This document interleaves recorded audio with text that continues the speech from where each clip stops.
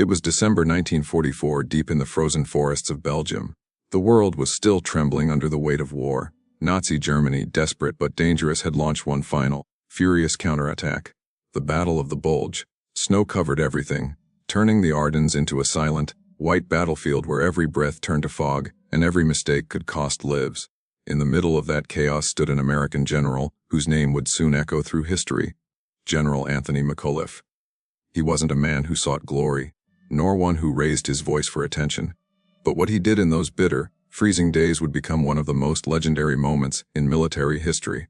The 1st Airborne Division, known as the Screaming Eagles, had been rushed to a small Belgian town called Bastogne. They were surrounded, cut off, and freezing. Supplies were low, ammunition was scarce. The men were exhausted, hungry, and outnumbered by German forces pressing from all directions. To make matters worse, the skies were thick with clouds, preventing Allied planes from dropping supplies or offering air support. It was a perfect trap, or so the Germans thought. The German commander, believing the Americans had no chance, decided to offer them a way out. He sent a delegation under a white flag, carrying a neatly typed letter. Inside was an ultimatum. It was polite in tone but merciless in meaning. It said, essentially, surrender or be annihilated. The German message praised the bravery of the American troops, but warned them that further resistance was hopeless. The letter ended with the chilling promise that if they didn't surrender, Bastogne would be bombarded into the ground. Now imagine the atmosphere inside McAuliffe's headquarters that morning. Cold air seeping through the cracks, soldiers rubbing their hands for warmth, and the smell of gunpowder still lingering. When the German message arrived, it was handed to McAuliffe. The officers waited in silence, expecting him to read it carefully, perhaps consult with his staff, and draft a formal reply. But instead, McAuliffe scanned the note, frowned, and said one word that would go down in legend: nuts. At first, some officers thought they had misheard him. "Sir," one of them asked. McAuliffe repeated, "Nuts," and started laughing. It was a spontaneous burst of defiance, short, sharp, and absolutely perfect. Still, when it came time to write the official response, his staff hesitated. How do you translate nuts into proper military language? But McAuliffe insisted. "That's the message," he said. "Just write that." And so, the American reply to a German demand for surrender was typed up and delivered. "To the German commander, nuts!" The American commander. When the German officers received the note, they were utterly confused. One of them asked, "What does this mean?" The American officer delivering the message explained with a grin, in plain English, "It means go to hell." Back in Bastogne, word of McAuliffe's one-word reply spread like wildfire. The soldiers couldn't believe it. Here they were, cold, surrounded, running low on food and ammunition, and their general had just told the Germans, in essence, to shove it. That one word transformed fear into laughter and exhaustion into determination. It wasn't just a reply, it was a declaration of spirit. From that moment on, nuts became more than just slang. It became a symbol of unbreakable courage. The battle didn't end there, of course. The Germans launched furious attacks on Bastogne, hammering the town with artillery and tanks.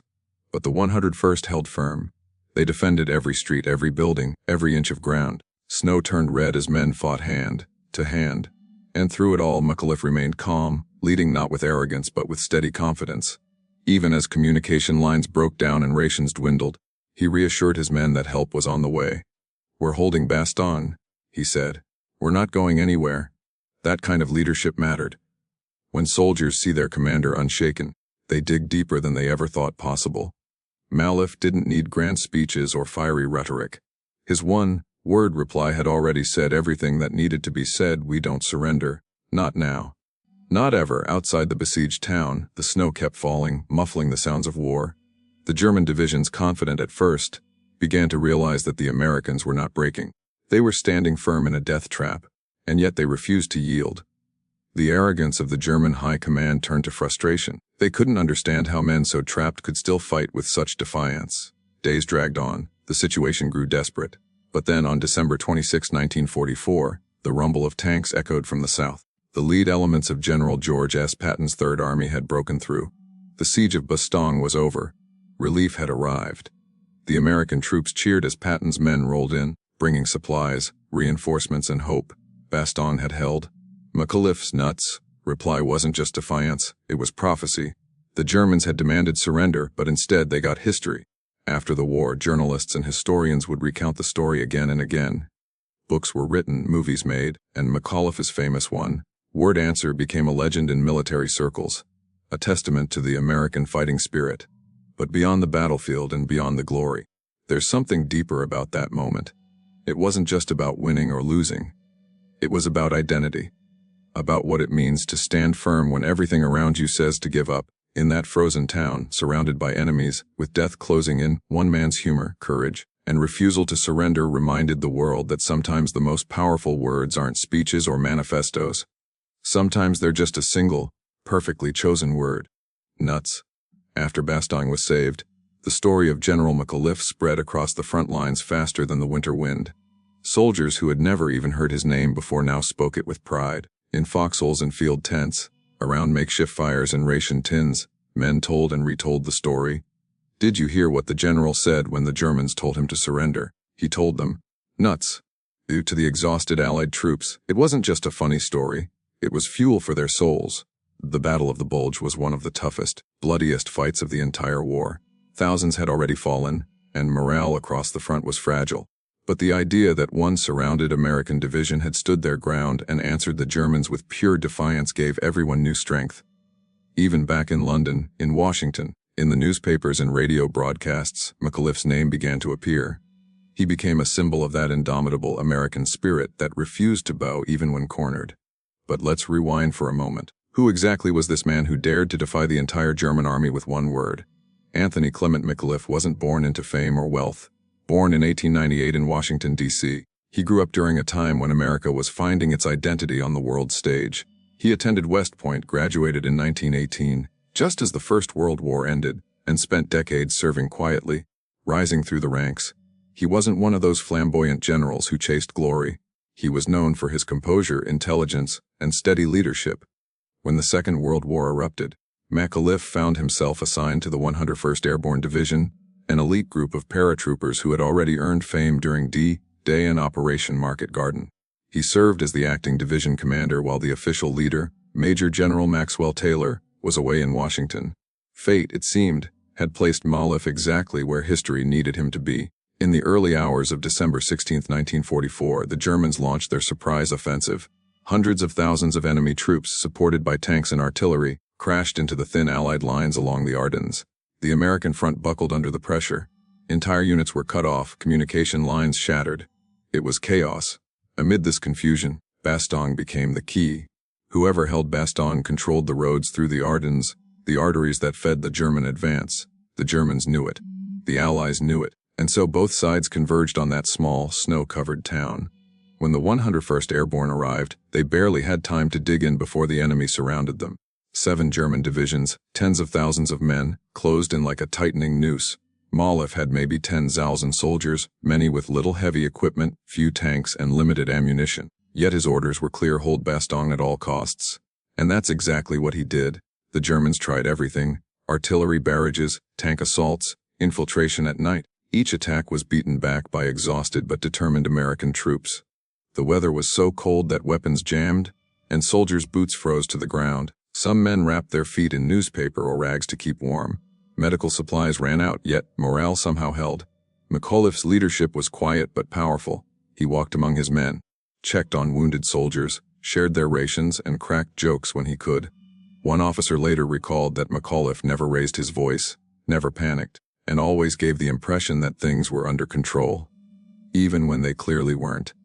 So when the Germans sent that surrender demand, expecting him to crumble, they had no idea who they were dealing with.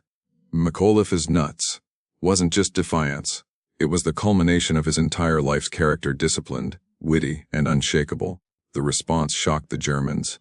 They'd fought Americans before, but they hadn't seen this kind of humor in the face of death.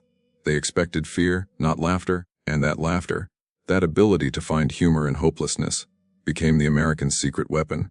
After the war, one German officer admitted that Bastogne's defenders fought like devils.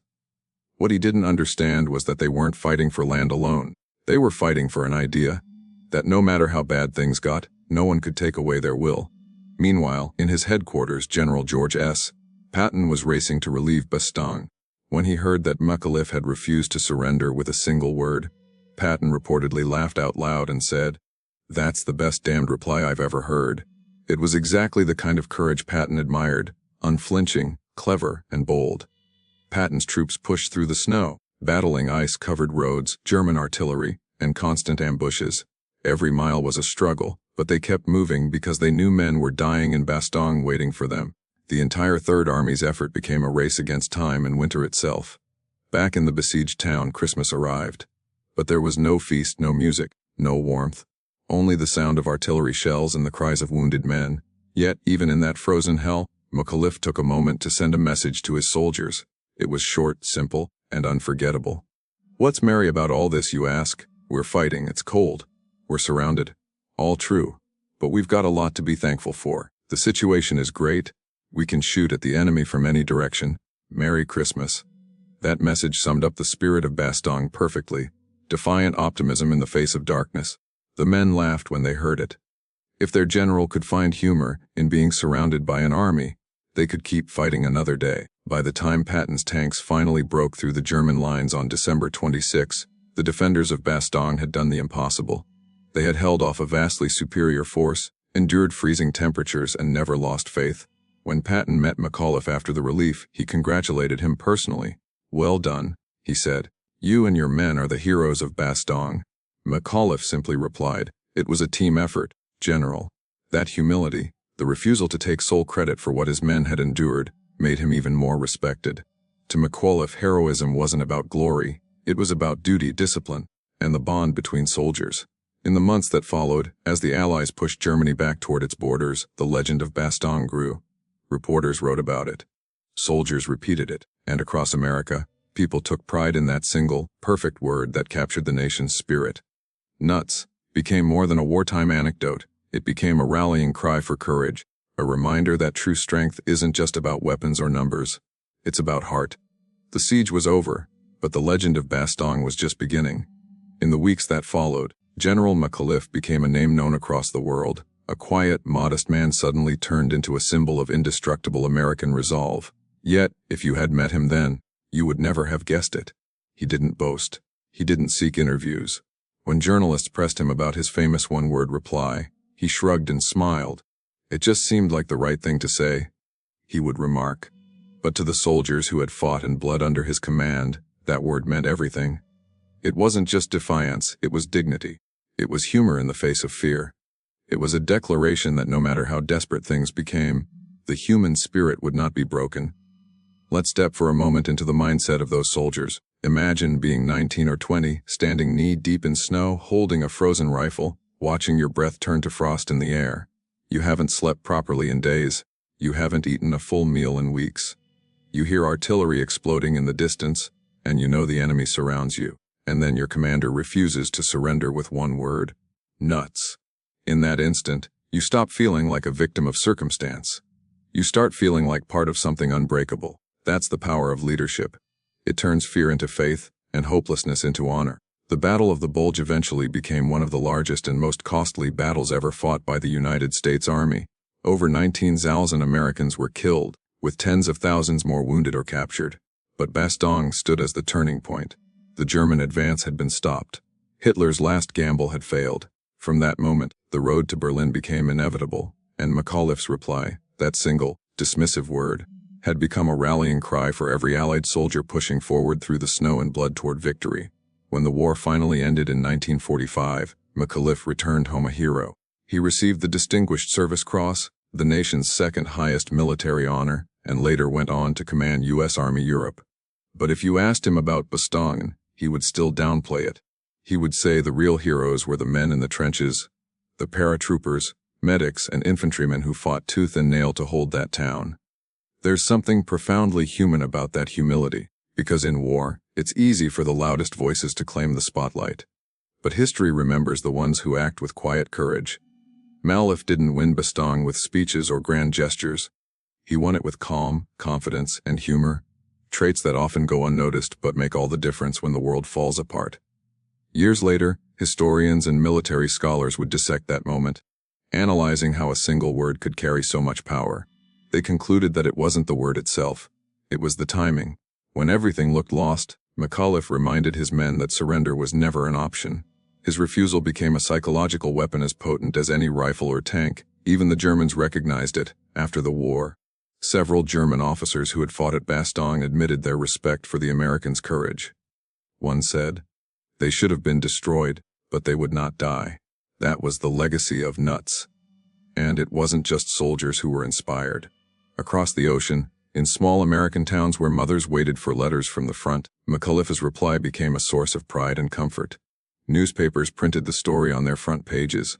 Radio announcers repeated it with admiration. It reminded every listener that even when surrounded by darkness, there was still light, humor, defiance, and hope. Think about that for a moment. A single word, spoken in a cold room in a besieged town, lifted an entire nation's spirit.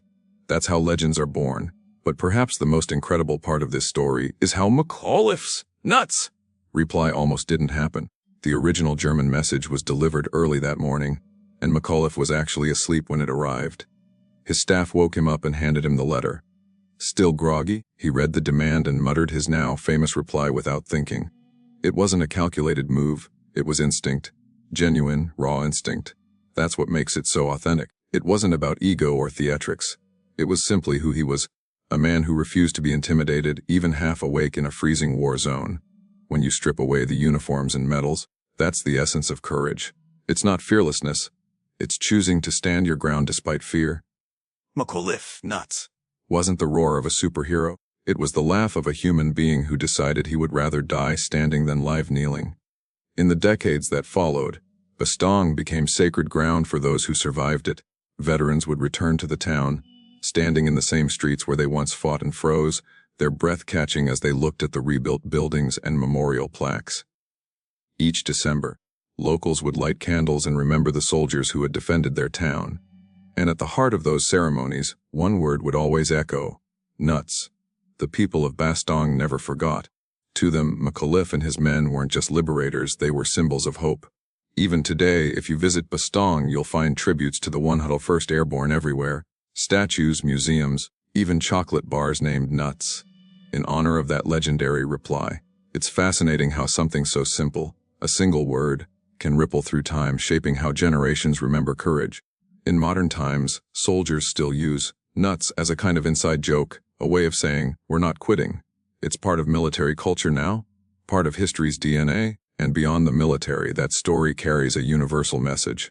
Life surrounds us with battles of our own, moments when surrender seems like the easiest choice. But nuts teaches us that defiance doesn't always have to be loud or violent. Sometimes it's a quiet refusal to give up, a calm smile in the face of chaos. That's why McAuliffe's story still resonates today. It's not just about World War II. It's about the human condition, about grit, humor, and the choice to stand tall even when you're surrounded. When you really think about it, that's what made McAuliffe's response immortal. It wasn't polished, it wasn't poetic, it was real, and real courage never fades. In the end, the Battle of Bastogne wasn't just another victory in the long list of Allied triumphs. It was a defining moment for what courage truly means. General McAuliffe's nuts reply stands as one of the most famous retorts in military history, not because it was clever or witty, but because it was pure. It came from the heart of a man who refused to be broken. When historians look back on World War II, they often talk about strategy, numbers, and weaponry. But Bastogne reminds us that wars are also fought with spirit. When the odds are impossible, when logic says you should quit, sometimes the most powerful weapon you have is belief. Belief that you can hold on just one more day. Belief that your defiance can make a difference. McAuliffe showed the world that leadership doesn't always mean shouting orders. Sometimes it means smiling when others are afraid. Sometimes it means answering a threat with humor. And sometimes it means trusting that your courage will be contagious. Long after the guns went silent, the echoes of Bastogne carried on. Veterans told their children and grandchildren about the general who told the Germans nuts and refused to surrender. Those stories became part of family lore, part of what defined an entire generation's strength. Decades later, when McAuliffe passed away in 1975, his funeral was attended by soldiers, officers, and civilians from across the world. They came not just to honor a general, but to celebrate the spirit he represented. On his tombstone, the word Bastogne stands as a permanent reminder of that freezing winter and the defiant humor that inspired millions. Today, visitors still come to Bastogne to stand where history was made. They walk the quiet streets, see the bullet holes still visible in old stone walls, and feel the weight of that story. In the Bastogne War Museum, The letter from the Germans demanding surrender is preserved. Alongside McAuliffe's replied a single word typed in capital letters, framed forever in defiance. It's humbling to think how such a small moment, a few seconds, a single word, can echo across generations. Nuts was more than slang. It was a refusal to bow to tyranny, a declaration that freedom cannot be intimidated, a reminder that even when surrounded, outnumbered, and outgunned, the human will can still rise higher than fear. That's the beauty of this story. It reminds us that sometimes history turns not on great speeches but on instinct. One word, one heartbeat of courage that changes everything. And maybe that's why McAuliffe's reply still matters today. Because every one of us faces moments that test our resolve. Moments when we feel cornered, outnumbered, or alone. In those moments, when life demands surrender, perhaps we can remember that American general in the snow, reading a letter from the enemy, smiling, and answering with two defiant syllables that would echo forever.